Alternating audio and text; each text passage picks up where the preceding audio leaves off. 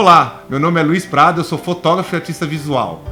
Sejam muito bem-vindos, muito bem-vindas a mais um podcast A Engenharia da Arte. Um podcast que tem o objetivo de desvendar o processo artístico e a jornada dos artistas. Hoje eu converso com minha amiga, pintora, artista plástica e escritora Fernanda Rodante. Tudo bem, Fê? Oi, Luiz, que alegria. Muito obrigada pelo convite. A primeira pergunta que a gente deve fazer sempre é: de onde você veio? Me fala um pouco de você. Eu nasci em São Paulo. Eu tive a sorte, a alegria de nascer numa família onde tinham muitas pessoas artistas. Eles não eram profissionais da arte, mas eles tinham paixão pelo desenho, tinham talento para desenhar. Então, eles sempre me estimularam muito. A minha mãe fez faculdade de artes plásticas. Então, quando eu era criança, ela sempre me dava desafios.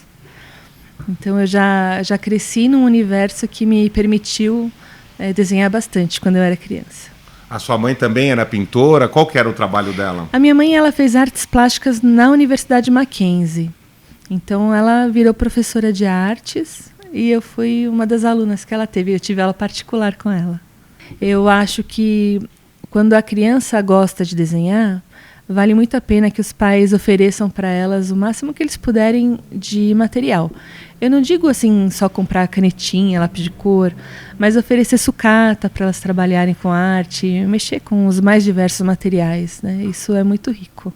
Quando criança, assim, lógico, tinha influência da tua mãe, mas você já via dentro de você essa necessidade de começar a pintar, de desenhar, ou foi natural? Você foi de brincadeira a uma profissão?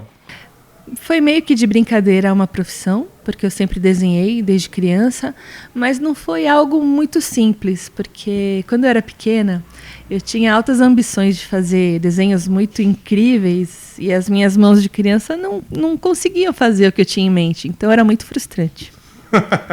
Era bem frustrante.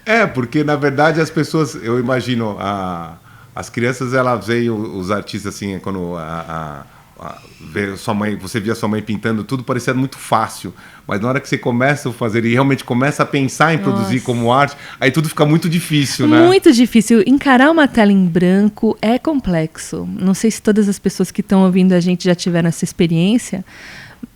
Pode ser uma folha em branco, mas ao mesmo tempo que ela não tem nada, ela tem tudo. E escolher o que você vai colocar naquela tela, naquela folha, é complexo. É bem complexo. Aproveitando o gancho da tela em branco, que eu achei ótimo, da onde vem a tua inspiração quando você vai começar... Quando você olha uma tela em branco, você já imagina aquilo que você já vem até a tela com aquilo pronto, ou às vezes você deixa fluir? Então, você respondeu as duas coisas. Na verdade, são muitas coisas, porque cada quadro tem uma história diferente. Tem algumas obras que eu fiz que eu conseguia imaginar elas antes de começar, e elas saíam como eu imaginava. Tem obras que saíram completamente diferente do que eu queria fazer, e tem obras que realmente eu começo sem uma expectativa e deixo fluir para acompanhar o resultado. É divertido esse processo do artista, porque, de certa forma, eu fico observando o processo acontecer, né? Ele é bem intuitivo, ele é muito divertido, existe essa brincadeira do erro e acerto, que eu aprendi com um dos meus professores, o Jorge Franco. Ele foi meu segundo professor. E ele falava assim, que se você fez algo na tela e você gostou do resultado, deixa. Senão você fica mexendo até ficar do seu gosto. Então é uma brincadeira mesmo de erro e acerto. E de julgamento. É engraçado, porque quando você... É que agora você já nesse estágio, você já consegue... praticamente analisar e já entender um pouco mais do... Agora, quando você está começando, você fica numa incerteza, você não sabe se aquilo é bom. Eu falo pelo meu trabalho, às vezes, no começo, você fica muito pensando no fim e não no processo, né? É muito engraçado. E aí, hoje você já tem um pensamento diferente, porque você já com a experiência, você já vai seguindo. Me fala um pouco dessa formação, me fala um pouco da sua formação também. Então, quando eu era criança, eu era muito exigente comigo mesma, e foi um processo aprender a lidar com o erro e principalmente achar a beleza naquilo que pode ser chamado de estranheza. No meu processo de trabalho, fiz faculdade de psicologia, aí eu tinha o objetivo de trabalhar com o meu pai. Ele era médico, ele trabalhava com pessoas de idade, doentes terminais, e eu ia trabalhar com ele. E aí, na metade da faculdade, meu pai faleceu e eu fiquei meio sem chão. Aí a pintura ela veio para mim como uma válvula de escape, uma tentativa de elaborar a perda, inclusive. Então eu comecei a pintar na metade da faculdade de psicologia. Meu pai não chegou a ver nenhuma obra que eu pintei, né, só os meus desenhos de criança. E aí eu guardei o meu diploma na gaveta, cheguei a terminar a faculdade, mas eu acabei indo para o mundo da pintura. Fiquei 1 ano pintando como artista autodidata, sozinha, com o auxílio da minha mãe. E depois de 1 ano, eu tive o meu primeiro professor, que foi o João Carlos Pensa, que foi um professor que eu tive, que foi presente de uma tia minha, que falou, você precisa ter aulas, eu vou te oferecer. E ela me pagou as aulas que eu tive com ele. E foi interessante essa história, porque a primeira vez que eu fui no ateliê do artista, eu levei algumas fotografias desses quadros que eu pintei nesse primeiro ano solitária. E aí ele acabou comigo. Eu não lembro o que foi que ele falou para mim. Ele me esculachou. Eu não lembro as palavras dele, assim, mas eu lembro de sair do ateliê dele meio perdida, com a perna tremendo, sem entender o que foi que aconteceu. Eu saí bem perdida. E aí voltei na aula seguinte, na semana seguinte, e ele dando risada, você voltou! E era outra pessoa. E ele, não sei se estava me testando, ele era outra pessoa, começou a me dar aula, me adotou, falou que eu era sobrinha dele, começou a me dar aulas de graça também. Ele era um argentino muito divertido. E com ele eu aprendi a pintura realista. Ele era bem preciso nos traços que ele fazia. Uma obra muito bonita. João Carlos Pensa, meu primeiro professor. Quanto tempo de aula você teve? Eu acredito que uns 2 anos. E como é que foi esse processo de 2 anos? Como você entrou e como você saiu? E eu tenho uma curiosidade, isso é minha mesmo, quando você vai ter uma aula de pintura, não só a técnica, mas também se discute um pouco do pensar do artista, assim, porque uma coisa que eu entendi depois, logo quando você começa a conversar com as pessoas, eles sempre falam, quando você vai trabalhar com arte, é sempre bom você escrever também, né? Sempre a escrita está sempre relacionada, porque você vai pintar que você não vai escrever, porque na escrita você consegue colocar tudo que está dentro de você para depois você refletir aquilo na tua arte, né? E ele já trabalhava com isso, ele também já pensava nesse aspecto do pensar a arte, do pensar o que você queria demonstrar. Você já tinha esse exercício? O Pensa, especificamente, esse primeiro professor, ele era muito cuidadoso com os traços. Então ele pintava rosto maravilhosamente bem, ele era bem cuidadoso. Então ele me ensinou mais essa parte de técnica. A gente não pensava tanto com relação ao que era arte ou como me expressar. Eu lembro que tinha um outro aluno nas aulas dele e ele falava assim, nossa, mas ele consegue colocar emoção na pintura. Eu falava, como que ele faz isso? Eu não sabia o que era colocar emoção na pintura. E eu ficava olhando as pinturas dele e ficava me perguntando onde que ele está vendo essa emoção toda, como que ele faz. Então, eu sei que com ele eu aprendi a técnica. E eu lembro que eu levei os meus primeiros quadros para o ateliê dele e ele mexeu nos meus quadros. Porque quando meu pai faleceu e a minha mãe falou para toda a família me dar material de pintura de presente de aniversário, inclusive os amigos da faculdade, todo mundo, eu comecei a ganhar material de pintura por todos os lados. Isso é ótimo. Eu não sabia o que fazer com aquilo tudo. E então eu falei, como que eu começo? E eu falei, eu preciso pintar algo que eu goste, que fale alto no meu coração, então por onde eu começo? E eu escolhi o tema de araras, papagaios, tucanos, aves brasileiras, né? Eu lembro de levar essas aves brasileiras para o ateliê do Pensa e ele colocou um monte de flores em cima dos meus tucanos, ele colou durex em cima das araras e fez uns respingos, virou outra coisa, mas foi divertido. E depois, logo em seguida, você continuou fazendo aula ou você parou por aí? Eu tive essas aulas com o Pensa e depois disso, uma outra amiga da minha mãe sugeriu que eu tivesse aulas... Não, desculpa. Tô louca. Depois disso, uma amiga minha me sugeriu de levar os quadros ou as fotografias dos quadros numa super galeria de arte maravilhosa. Eu não sei como eu tive essa audácia, mas eu baixei lá na galeria com as minhas fotos. É claro que eu era uma artista iniciante, não estava à altura da galeria. O galerista, o Sérgio Caribé, foi extremamente gentil comigo e sugeriu que eu tivesse um outro professor. Então, eu parti para a minha segunda jornada de aprendizado, que foi com o Jorge Franco. O Jorge Franco tinha um ateliê na Cardoso de Almeida, e eu lembro que tinha um monte de artistas lá, a gente se reunia, ficava ouvindo música cubana, cada um pintava o seu quadro, e no final a gente fazia uma roda, cada um falava sobre o seu trabalho. Foi bem interessante. Com ele, eu aprendi mais sobre a pintura expressionista. Ele fazia, né, as tintas jogadas no quadro. O trabalho dele é incrível, Jorge Franco. E você fazia essa aula com esse coletivo todo? Porque você falou, era uma meia dúzia. Pulsava a arte ali, então, já no ambiente. Sim, era um apartamento vazio, que só tinha espaço para os cavaletes e tinta para todo lado. Diferente daqui, que está tudo carregado. Não, lá era só um espaço vazio, telas, tintas e cavaletes. Mas e quanto tempo você ficou nesse espaço? Acho que por volta de 1 ano. 1 ano? E qual a diferença do primeiro professor, que era muito relacionado à técnica? Esse já deve ter sido um pouco mais solto, né? Porque já tinha esse coletivo, as coisas já começavam a fluir. Lá a gente pensava mais sobre arte, falava de Giacometti, falava de outros artistas.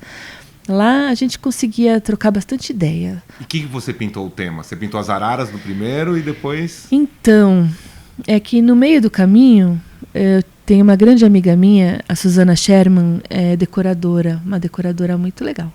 E ela me sugeriu de pintar uns quadros em branco e colocar apenas algum detalhe de desenho no quadro branco. E eu fiz o que ela me sugeriu e foi um sucesso, eu fui por esse caminho. Então, quando eu cheguei no Jorge Franco, eu já estava saindo desse processo. Então, lá eu pintava mais natureza mesmo, folhas. Eu ia mais para uma expressão bem solta mesmo. E depois disso você foi na galeria de novo ou não? Não voltei mais lá. E você decidiu fazer o quê, então? Você seguiu já o teu trabalho ou você foi procurar mais, um pouco mais de estudo ainda? Então, fui atrás do estudo, porque você nessa galeria, eu só voltei lá na galeria para prestigiar os outros artistas. Isso eu fui bastante, porque eu adorava a galeria do Sérgio. Mas para expor os meus trabalhos eu não voltei mais, não. Depois do Jorge Franco, essa outra amiga da minha mãe sugeriu que eu tivesse aulas com o Fang. O Fang foi professor do Gustavo Rosa. Já ouviu falar do Gustavo? Sim. Então, eu conheci o Gustavo por meio do Fang. E também o Soul Kit, que é um grande artista plástico, amigo meu. E nessa época eu fui muito feliz. O Fang me ajudou a encontrar o meu estilo que eu carrego até hoje. A primeira vez que eu fui no ateliê dele, ele falou que a minha pintura tinha alma. Foi bem diferente do meu primeiro professor. Falou que minha pintura tinha alma e começamos os trabalhos. Foi muito, muito importante na minha vida. Ele me ajudou a encontrar o meu estilo também, porque o artista ele precisa ter uma pincelada que seja a característica dele. É uma forma de mexer no pincel. Ele me ajudou a encontrar a minha pincelada. E também me ajudou a encontrar os meus temas. Ele dizia assim que nós artistas temos que escolher algumas inspirações que falem alto no nosso coração. Assim como eu já tinha feito com as araras e os tucanos, mas ele falou assim, coisas do seu dia a dia. Por exemplo, você gosta muito de retratar o seu filho, né? Então, são temas que falam muito alto no nosso coração e misturar esses temas entre si. E aí você acaba pegando, sei lá, um relógio cuco da sua avó, o Lolo, pega, sei lá, sua comida predileta e você vai trabalhando esses temas, misturando. E o legal, quando a gente pega temas que não são muito alinhados entre si, né, fica mais criativo. Fica divertido, né? Eu posso dizer que, principalmente no meu trabalho, eu migrei da fotografia para as artes, né? Então, eu achava que ia ser um pouco fácil. Foi uma baita suadeira, assim, deu um baita trabalho, porque é aquilo que a gente fala, enquanto você não chega no teu máximo, você se entrega total, não acontece, né? Então eu lembro que foi um trabalho... Nossa, eu fiz muita coisa, e quando eu já estava exausto, aí aconteceu. Aí eu entendi a minha identidade, eu entendi o que eu queria fazer, e era tão verdade que já era uma delícia, né? Acaba virando uma... Já não é um trabalho, já aquilo... Você tem a necessidade de fazer aquilo. Você acha que a tua identidade, ela veio depois de todo esse esforço em algum momento ali, ou ela veio sendo construída ali? Porque isso é uma coisa que todo mundo pensa, né? Como eu vou criar? Eu vou criar uma identidade, ou ela surge, né? É muito louco isso, né? O que eu posso te dizer é que quanto mais você faz, mais o seu trabalho vai transformando, e a gente não tem assim muita ingerência sobre isso. Eu assisti meu trabalho tomando forma. Então eu lembro que teve uma época que eu pintava muito bonecos de pano, mas segurados por uma mão. Hoje, olhando para trás, eu vejo que eu me sentia muito presa, muito... Tinha ali uma mensagem, né, naquela arte. Tinha. E aí as minhas cores também eram mais pastéis, mais pro branco, eram bem mais suaves. Depois que eu casei com o Daniel, ficaram mais coloridas. Você acha, então, que a tua identidade, hoje vendo as suas obras, tudo, ela é uma construção de todos esses professores que veio... E ela apareceu na hora certa, né? Você não buscou isso? Então... Ou você já tinha isso? Porque todo mundo tem isso, no fundo. Você quer se reconhecer...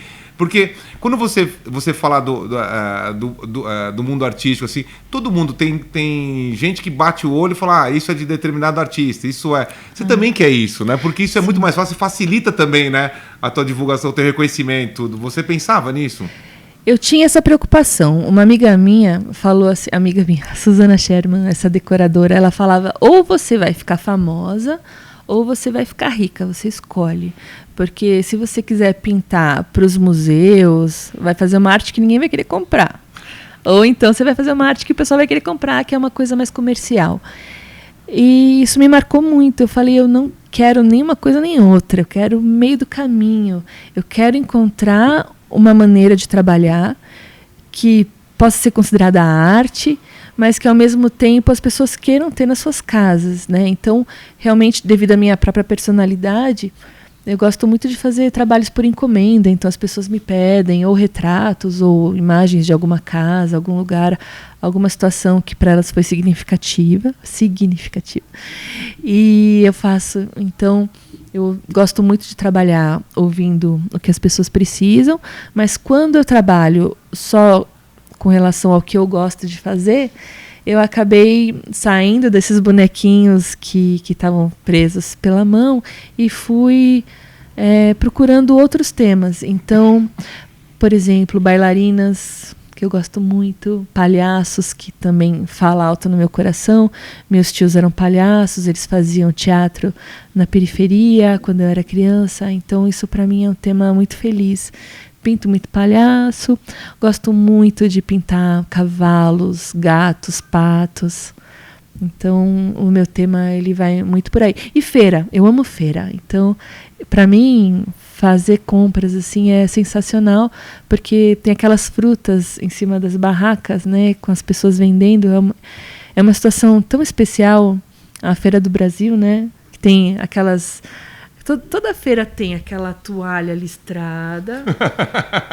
É o clássico, né? E as frutas colocadas com cuidado, e várias cores. E várias... É que ali não é natureza morta, é natureza viva ali. Natureza né? viva. É a natureza viva, praticamente, né? A fruta está lá pedindo para ser comprada. Então é um tema que eu adoro, que eu faço bastante. Gostaria de fazer mais até. Fê, me fala se você usa alguma técnica também. Quando você vai nesses passeios, nessas suas jornadas inspiradoras, você costuma fotografar, você pinta também através de uma referência de foto ou de alguma coisa? O que você tem assim de referência visual? Eu tenho uma pasta no meu computador que chama referências, mas eu raramente eu recorro às minhas referências, porque ou eu faço algo por encomenda, né, que alguma pessoa me traz a referência, ou eu acabo me soltando muito fazendo aquilo que eu tenho em mente, que é o que eu costumo fazer, que são as bailarinas, os palhaços, os monociclos, as feiras. Eu gosto muito de pintar animais meio que vivendo como se fossem humanos, então tem o pato, o gato navegando num barco, como se fossem marinheiros, ou na feira vendendo as frutas. Eu gosto muito de colocar os animais como se fossem seres humanos para refletir sobre isso, assim, sobre a vida que habita cada um de nós, né? O quanto que de nós tem de animais e quanto que dos animais tem também, né? De um ser vivo, um ser que sente, que sofre também. Não sofre igual, mas também sofre. Sente fome, sente frio, às vezes maus tratos, né? Estar no jogo da vida é bem complexo, né? Eu acho que a gente... É por isso que eu acho, as pessoas dizem que a arte cura, né? No teu caso foi uma cura também, e a arte pode curar de outra forma também com a nossa mensagem, né? Você leva até as pessoas, às vezes, algumas coisas que as pessoas nem pararam para refletir assim, ou aquilo está implícito na tua obra, né? Eu gosto muito daquela frase que dizem que quando é explícito é publicidade, o implícito é a arte, né? Então, assim, você não deve entregar tudo, né, na tua arte. Deixa a pessoa um pouco... Isso me faz lembrar algo que eu aprendi com o meu professor Fang. Ele dizia que a pintura é como uma culinária. Ela não pode ser só doce, ou só salgada, ou só amarga. Tem que ter uma pitada de cada coisa. Então, a pessoa vai olhar para o seu trabalho, se ela ficar com cara de paisagem, falando, que bonitinho, não tá bom. Você tem que deixar ela intrigada. O que ele quis fazer ali, entendeu? Tem que intrigar as pessoas. Então eu tento intrigar as pessoas através do meu trabalho. E me fala uma coisa, você costuma fazer interferência assim na tua pintura? Tô falando física, assim, você costuma... Porque tem muitos processos de alguns pintores que eu vejo que gostam de... eu já vi gente pisando em tela, joga tinta, lixa, rasga. Você costuma trabalhar também com esse tipo de interferência? Olha, não. Eu não. O máximo que eu faço mesmo é colocar o sentimento na pincelada. Eu tento lembrar aqui se eu já fiz alguma coisa assim, mas eu acabo sendo bem fiel ao que eu aprendi com o Fang, que é a pintura, aquela coisa bem tradicional dos antigos mestres da pintura. Uma tela quadrada e aquilo que você coloca na tela é que é o teu recado, né? Essa coisa de pirar muito não é muito meu estilo. Nada contra quem faz, mas eu não costumo fazer. Tá. Fê, me fala uma coisa. Você costuma fazer telas ao mesmo tempo? Assim, você pinta em uma tela, depois você vai para outra, daí você consegue trabalhar nesse estilo de multiprodução, assim? E você também me fala, você já voltou em algum quadro após um tempo olhar? Porque eu sempre penso isso. A gente acaba uma obra, você descansa, né? O olhar, aquilo que a gente fala, dá um tempo, sai, tudo. Quando você olha, você tem aquela confirmação. Alguma coisa você mexe ou não. Você já chegou a mexer numa tela muito tempo depois, assim? Ou você mexe pós, assim? Ou você finaliza o teu processo? Não, eu acredito que a maioria dos artistas, quando tem uma tela em casa, sempre que necessário, sempre que dá uma inspiração, você vai lá e mexe. É um problema isso, mas eu faço bastante. Não é uma regra, mas quando eu sinto vontade de mexer em algo que já está pronto, eu mexo. Já aconteceu assim, de eu não gostar do resultado de algum trabalho, virar ele de ponta cabeça e começar de novo, mantendo também algumas coisas que foram feitas no trabalho anterior, sabe? Deixando assim de fundo. É legal, enriquece muito a obra quando você faz alguma coisa desse tipo. Você já deixa uma pista ali, né, na tela do que um dia foi, né, e o que se tornou. Todo artista, ele tem aquela obra inacabada que já há anos está na gaveta, um dia eu acabo, que você começa por algum sentido, depois por algum momento você acaba largando. Você tem a sua? Acredito que sim, acho que todo mundo passa por isso, quem trabalha com isso, né? Eu acho que é algo emocional mesmo. Às vezes acontece de travar numa pintura por alguma questão. Eu devo ter... São 30 anos de pintura que eu comemoro no ano que vem. Nesses 30 anos eu devo ter inacabadas, assim, umas 12 obras que estão esperando aí. Um dia eu resolvi. Não são muitas. Eu acredito que essas obras não foram acabadas porque você não está pronta ainda para elas, né? Eu acho que no devido momento ali, quando você sente algo te deixou esperando para que você pudesse completar depois, né? Agora, vamos falar um pouco mais agora da técnica para um pouco da realidade mesmo da pintura, né? Para quem está querendo começar, a gente sabe. Uma vez até eu fui com você, a gente foi numa loja de pintura, eu não conhecia nada e eu pude ver como é caro o material, né? Assim, como a tinta, todo o material de qualidade custa muito caro. Então, não é fácil realmente para quem quer começar. Eu acho que vai começar com aquele material da papelaria mesmo, acho que aquele guache, eu não sei. Eu acho qual dica que você dá para quem vai começar mesmo essa parte técnica? Isso que você falou é divertido. É realmente caro investir em material de pintura. Mas vale a pena comprar um pouquinho por mês, vai montando, né, o seu equipamento. Antigamente, né, os artistas eles tinham que produzir a própria tinta, a própria tela. O Sokit produz a própria tela até hoje, mas... poucas cores, né? Tinham poucas cores, poucas cores, Eu acho que hoje está muito acessível no sentido de você encontrar tinta e tela, até na Calunga tem. Você sabe que voltando nesse assunto das cores, o meu trabalho ele é roubar as cores, né? Por isso que eu sou o ladrão de cores. E uma coisa que eu acho engraçado, na verdade não é engraçado, né? Mas é uma realidade, é que a gente tinha, principalmente no Renascimento, um pouco depois, poucas opções de cores. Então você não consegue sair muito daquilo, você tem os mesmos tons, você pega os quadros sacros, são sempre aqueles tons iguais, você não tem nada muito pro flúor, muito vibrante, né? Então é bem limitado isso. Isso me deixa um pouco assim, quando eu vou trabalhar com esse tipo de artista, eu já sei que eu vou cair naquele tom mais ameno, não tem muita cor, não tem muita vibração, né? Bom, mas com poucas cores você consegue criar várias misturas, né? Então... realmente poder ter muitas opções te dá mais liberdade para fazer seu trabalho.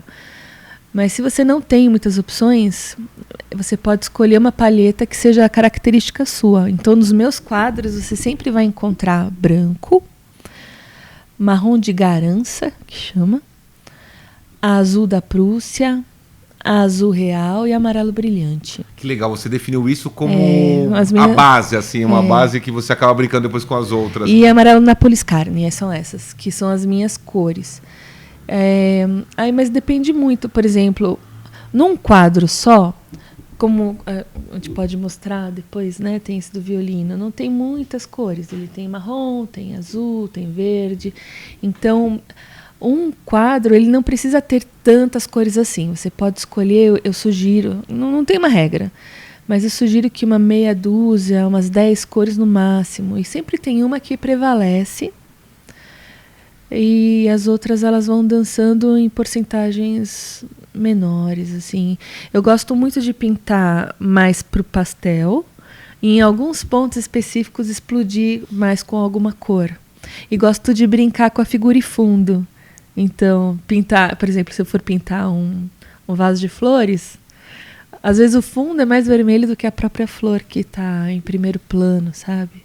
Isso me lembra muito aquele livro que é Da Cor, a Cor Inexistente, que fala muito isso, de você brincar os contrastes, às vezes a sombra, às vezes você acha que é uma cor, mas pela composição não é a cor, né? Como o olhar te engana também, né? Como você leva o observador ali para um caminho e na verdade ele percebe depois que, olha, não é essa cor, mas parece, no conjunto da obra acaba mudando, né?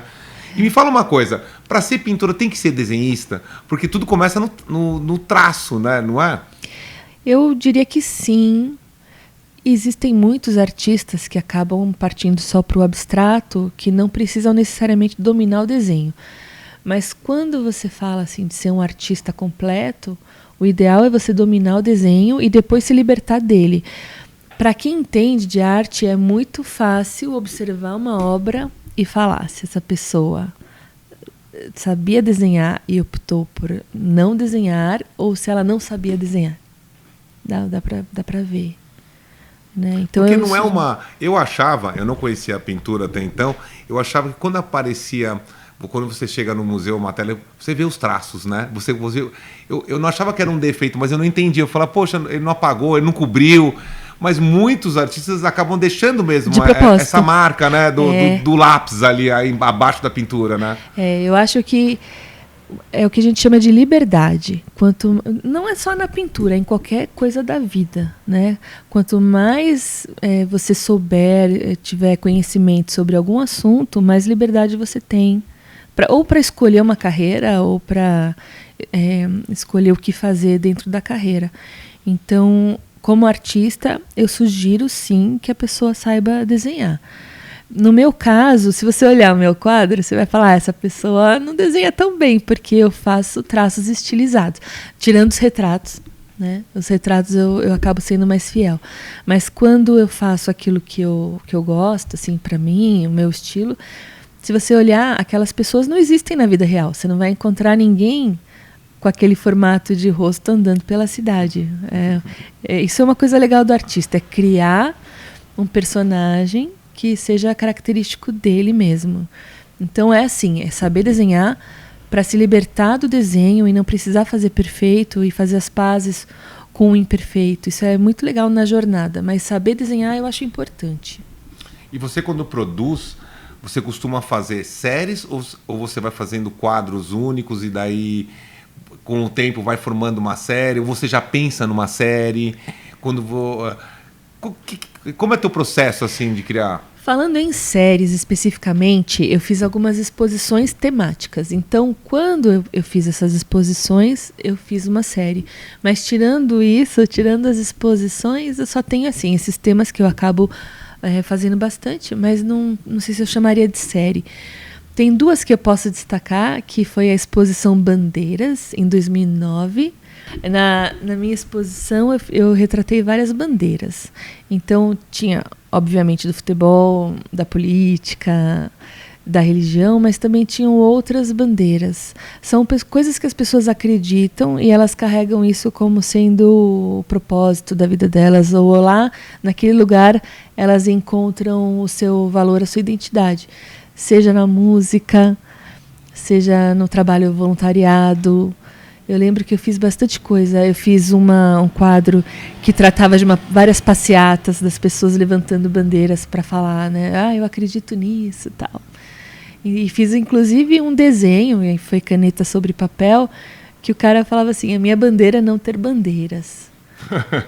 Então tem a própria bandeira do trabalho, né? Um desenho em caneta sobre papel que dizia que a minha bandeira é não ter bandeiras, né? Algumas pessoas se orgulham disso também. E trabalho, muitas pessoas usam o seu próprio trabalho como onde elas encontram o seu valor e onde elas querem mandar sua mensagem para o mundo. Eu fiz meio que um homem vitruviano, só que ele estava de paletó e com o bonezinho da empresa. Caneta sobre papel. Agora, você me falou das exposições. Como você alcança as exposições? Você participa de editais? Você é convidada? Você sugere um projeto? Como é que funciona assim? Quando eu era mais nova, eu tinha mais energia para fazer exposições coletivas. Eu chamava os meus amigos, em torno de 20 artistas, e eu fazia tudo. Eu preparava convite, eu ia atrás de coquetel, eu fazia tudo. Então você organizava a própria Organizava as Legal. Exposições. Inclusive as minhas individuais, eu também organizei com a ajuda de algumas pessoas amigas, que eu sempre canto o nome dessas pessoas que me ajudaram muito, que foi a Lucy Tchoukian, a Anne Colesante, pessoas que me ofereceram espaço para expor e tudo mais. Mas também já participei de salões. É uma experiência muito rica, eu recomendo a todos que participem. E nessa jornada já viajei para fora para expor também, já participei de algumas coisas. Então, são oportunidades que aparecem e a gente tem que estar pronto para abraçá-las. Então, é isso. É unir a oportunidade com o seu momento e estar pronto para... E se a oportunidade não aparecer, você cria a sua própria oportunidade, né? Eu acho que é um pouco disso. Uma adolescente que comentou, falou, olha, queria começar a pintar, mas não queria morrer de fome, né? Daí eu fiquei pensando, isso me tocou um pouco, mas na verdade eu acho que assim... eu acho que isso é muito mais o dito popular, o artista, né? Vai morrer de fome, do que a realidade, né? Eu acho que o mundo precisa de arte, as pessoas valorizam a arte, mesmo no Brasil, tem muito espaço e existem muitas maneiras de você ganhar dinheiro com a arte. Não é só estar numa galeria, né? Tem pessoas que ganham dinheiro fazendo outras coisas também. Na verdade, eu acho que quando você transmite a sua verdade, é inevitável que isso atinja as outras pessoas. E isso toca tão as pessoas que elas querem participar disso. E aí, por isso que você vende uma obra, por isso que você faz uma exposição, porque o que eu acho que aquele que morre, que a gente fala, eu não gosto nem desse termo, mas eu acho que aquele que morre de fome é aquele que faz ou pela cópia, ou porque ele busca o fim, não a jornada, né? Ele não busca o meio. Eu acho que o artista, ele nunca busca... O artista, ele nunca entra na arte para ganhar dinheiro. Ele entra porque ele sente a necessidade de fazer, não é? Uma coisa que vem de dentro, ele quer produzir, ele quer fazer. E, logicamente, depois o fim é toda essa parte comercial, tudo. Mas eu acho que primeiro ele tem que se bastar com aquilo que ele faz, não é? Eu acho que sim. Em primeiro lugar, a pessoa tem que sentir que ela nasceu para fazer isso mesmo. É uma delícia você sentir que você está fazendo aquilo que você nasceu para fazer. E aí é correr atrás mesmo. É batalhar espaços, pessoas, oferecer produtos, né? Agora eu comecei a pintar roupa também. Eu acho que dá para pintar objetos. Já participei de uma exposição sobre objetos. Tem muita coisa que pode ser feita. Eu acho que vai muito assim, da energia do artista correr atrás, dele oferecer o produto dele, dele fazer pontes, dele conhecer pessoas, dele tentar mandar a mensagem dele de alguma forma. A internet ajuda bastante hoje em dia. Isso. E como você vê hoje a gente está num momento em que a inteligência artificial vem com tudo, né? Tudo é feito através dela, tudo só se fala nisso e muita gente fala que o ofício da arte vai acabar, tudo. Como você vê isso, assim? Eu vejo como uma oportunidade da gente se reinventar, porque realmente eu, para pintar um retrato, eu demoro, 3 semanas, 1 mês, e a inteligência artificial faz várias opções de retrato em questão de minutos, né? Então, a gente realmente tem que se reinventar. Mesmo, por exemplo, quando surgiu, né, a televisão, o pessoal do rádio se reinventou, e existe o rádio até hoje. Quando surgiu a internet, a gente sempre pensa que os espaços vão se acabar, mas, na verdade, eu acho que cada pessoa tem a sua história e pode criar a sua realidade a partir da sua crença e realmente tem que correr muito atrás. Eu acho que o último boom foi os NFTs, né? Que foi na verdade, veio com tudo, depois acabou sendo uma furada. Eu, particularmente, eu vou te contar uma coisa. Eu vi aquela ação que o Damien Hirst fez com a obra dele, que ele picotou ela em diversos pedaços. Ele falava para a pessoa: você quer esse pedaço que você comprou da tela ou você quer o NFT? É a mesma coisa se perguntar: você quer a Mona Lisa pintada ou um JPEG, né? Uma imagem. Era meio óbvio que o arquivo digital ele tinha só um valor financeiro ali por ser um token, aquela coisa que era certificada, tudo mais. Óbvio que a tela, né, ela tem ali todo esse registro do artista, né? Não tem como comparar com o arquivo digital, né? Não tem. É que realmente, você vê, hoje em dia tem muitas coisas questionáveis com relação à arte, que as pessoas colocam muito, muito dinheiro nisso. É mais uma maneira de você economizar, guardar, comprar algo que todo mundo concorda que tem um valor. Então tem a ver com investimento. Mas eu nunca pensei muito no meu trabalho sobre isso, assim, eu quero que o meu trabalho valha milhões. Eu quero que as pessoas possam comprar o meu trabalho, eu quero poder continuar trabalhando. E realmente existe um universo por trás da arte que eu realmente não pretendo fazer parte. Eu quero contar a minha história do meu jeito. Como é o pensar, né? Assim, como é o teu pensar artístico, assim? Eu sinto que, através do meu trabalho, eu posso e devo mandar algumas mensagens. Talvez alguém queira ouvir o que eu tenho para dizer, né? Então, por exemplo, eu pintava bastante bailarinas negras dentro da caixinha de música, que era uma coisa que, quando eu era criança, não tinha, né? Eram só aquelas bailarinas bem arquetípicas, né? Loirinha de cor-de-rosa. Então eu adoro pintar as bailarinas negras nas caixinhas. Agora eu comecei a tirá-las das caixinhas, porque elas estão pensando fora da caixa. Então, assim, quando eu conversei sobre esse assunto com o Fang, que foi esse meu terceiro professor, ele dizia que a arte não precisa de propósito, que é só para as pessoas ficarem olhando com aquela cara meio de intrigados, que não precisaria ter uma mensagem. Mas eu me recusei a concordar com ele, assim. Eu acho que, já que eu tenho o pincel e a tinta na mão e estou pintando, quero realmente fazer a minha voz ser ouvida e falar tudo aquilo que eu acredito. Então, na minha pintura, você vai encontrar uma busca por equilíbrio. Eu acho que as pessoas estão no jogo da vida e elas têm que sair daqui melhores do que elas entraram. A gente precisa aprender tanto com as alegrias quanto com os sofrimentos. Então, o que a gente faz é leva a nossa marca, que marca a gente quer deixar para o mundo. E eu tento colocar na minha pintura mensagens positivas de otimismo, harmonia, respeito à diversidade. Não é simples colocar isso num quadro, mas eu tento bastante. Assim, é algo que faz parte do meu ser. Isso é teu, né? É a sua verdade, né? Eu acho que a gente começa, eu acho, olhando a arte como aquela questão estética, né? É procurar o belo, né? O bonito. Você imagina na casa de uma pessoa, mas com o passar do tempo isso já não o que aquilo diz para a pessoa, né? Já é exatamente isso. Eu acho que a mensagem acaba depois ficando além do estético. Assim. Você sabe que você me lembrou uma coisa agora com a sua fala.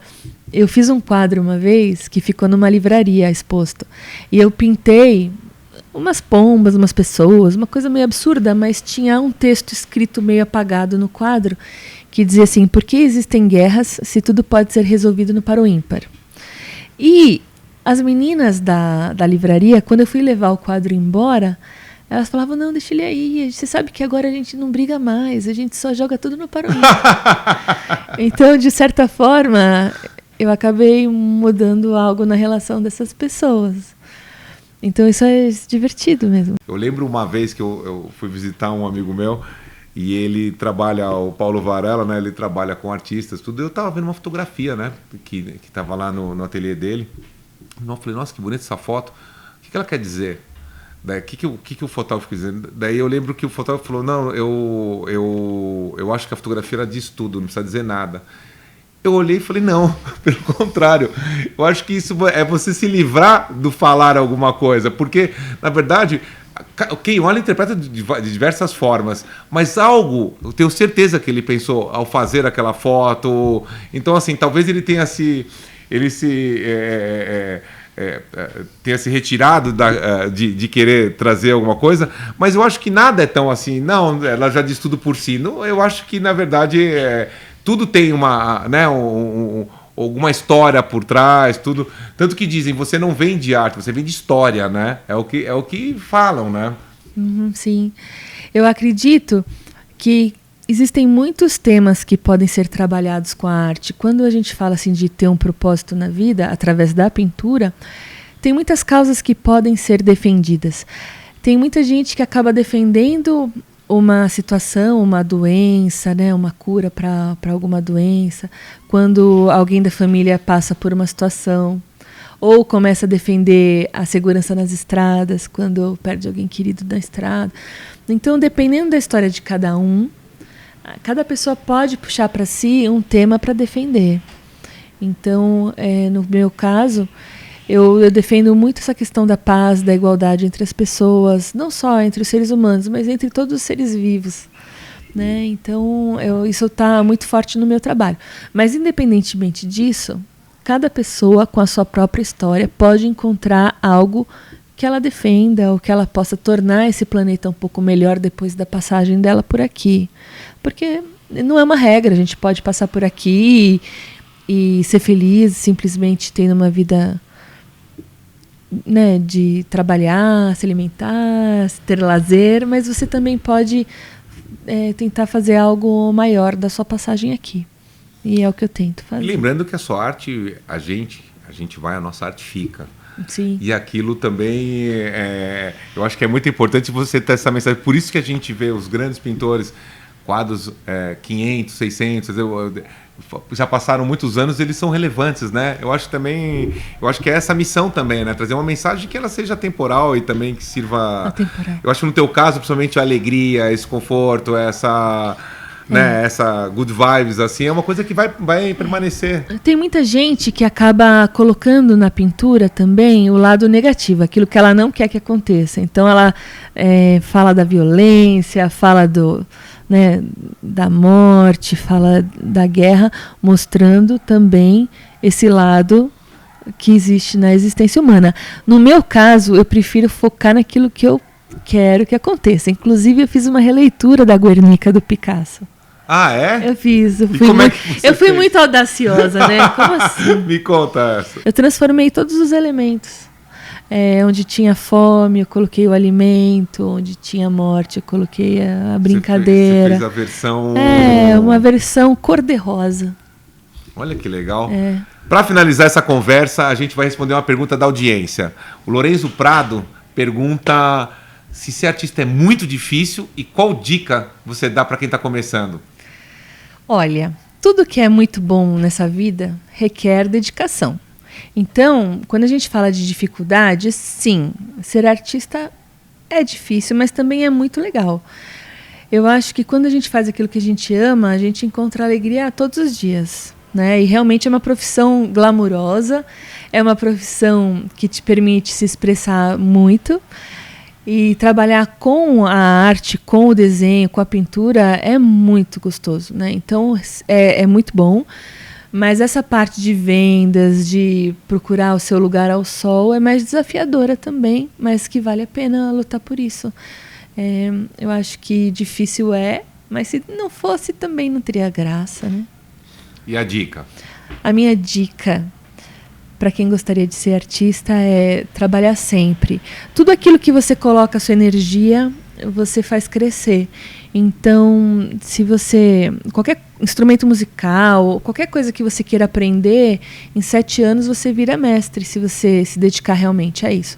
Então, eu sugiro para os novos artistas, se expressem, usem todos os materiais que vocês puderem, para vocês se expressarem, usem a criatividade. Escrevam. E também, assim, é um processo de autoconhecimento. Então, quando você sabe quem você é, o que você gosta, o que você quer falar para o mundo, fica muito fácil você conseguir reunir alguns elementos para colocar numa tela. E não tenha medo de errar. Não tenha medo de errar. Apenas faça, né? Não tenha medo de errar, não tenha medo de ouvir não, porque isso faz parte do processo. E o erro também é muito legal na pintura. A pintura é um lugar onde o erro ele é muito bem-vindo. Ele é a história do quadro, né? Então, se você erra, se você quiser mexer naquele erro, você transforma, senão você deixa ele ali, que também é legal. Deixa as pessoas... Como é que a gente tinha falado aquela palavra? Olhando para o seu quadro sem entender muito bem o que foi que você quis fazer ali. É a receita do bolo, né? Dentro do quadro tem que ter tudo. Tem que ter a parte bonita, mas também tem que ter a parte salgada, azeda. Então o erro ele é muito bem-vindo na arte, eu acho. O implícito é a arte, né? Tudo aquilo que está por trás ali faz parte, né? É a expressão do ser humano e a gente erra bastante, né? A gente erra bem, a gente erra bonito. E vamos continuar errando. Sem dúvida, porque errar é humano, é ou não é? Então... fazer as pazes com o erro, não se cobrar tanto assim e se divertir no processo. É verdade. Falando em se divertir, eu me diverti aqui conversando com a Fernanda, pintora, artista plástica e escritora. Fernanda, muito obrigado. Sou eu que agradeço, Luiz. Que alegria você aqui. Você assistiu mais um episódio do podcast Engenharia da Arte. Se você curtiu, deixe seu like, compartilhe e assine o canal, tá bom? Gente, super obrigado, até a próxima!